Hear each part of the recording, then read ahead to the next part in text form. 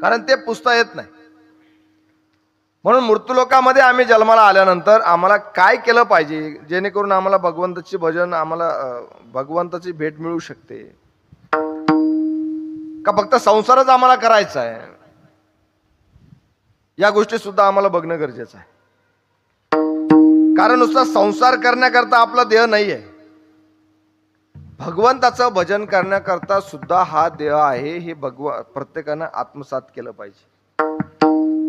नाही तर काय आम्ही आयुष्यभर संस्कार करायचा, संसार करत राहायचा, दिवस मागून दिवस निघून गेले, रोज त्या संसारात सुख शोधण्याचा प्रयत्न करायचा.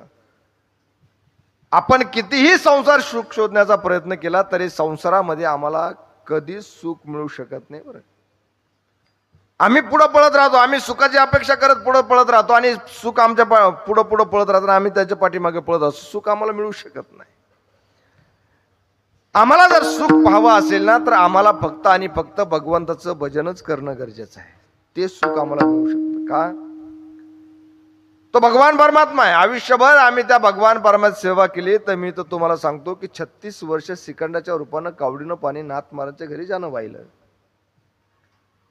तो भगवान परमात्माच होता. महाराज जगद्गुरु तुकोबारायांच्या घरी त्यानं आगमन झालंय, नांदलाय त्या ठिकाणी. हा देवच आहे. महाराज तुका म्हणे घालू तयावरी भार, वाहू हा संसार देवा पायी. आज दिंडीतला प्रत्येक माणूस या ठिकाणी म्हणत असेल की माझी भेट कधी पांडुरंगाची होईल. हा भाव वारकऱ्याच्या अंतःकरणामध्ये असतो. आज सुद्धा आम्ही जर पाहिलं तर भूतो ना भविष्य अशी गर्दी आम्हाला पायवारीमध्ये दिसणार आहे. कारण हे वर्षच असं सुरू झालंय ना की जो विखुरलेला माणूस होता तो एखाद्या जागेवर स्थिर व्हायला सुरुवात झालेली आहे. आणि हा स्थिर झालेला माणूस सुखासाठी, समाधानासाठी, भगवंताच्या प्राप्ती करता, भगवंताच्या भेटी करता आज पायवारी करता चाललेला आहे. ते सुख आम्हाला या ठिकाणी मिळणार नाही. ते सुख कुठे मिळेल माहितीये? पायवारीमध्येच मिळणार आहे. ही कशा करता?